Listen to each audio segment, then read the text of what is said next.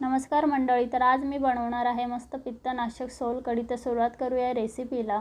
त्यासाठी 1 वाटी खोबरे घेतले, जिरे, आलं, लसूण, 2 चमचे कोकम आगळ घेतला आहे, अर्धा चम्मच चाट मसाला आणि बारीक चिरलेली कोथिंबीर.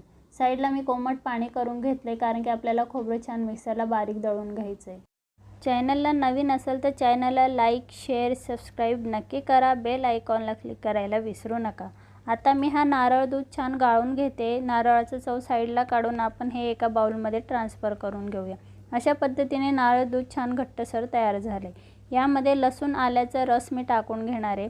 तसेच कोकम आगळ घेतला आहे, तो टाकून छान आपल्याला हे दूध ढवळून घ्यायचे.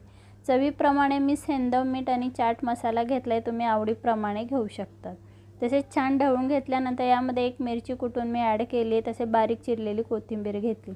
अशा पद्धतीने आपली पित्तनाशक सोलकढी तयार आहे. रेसिपी कशी वाटली कमेंट करून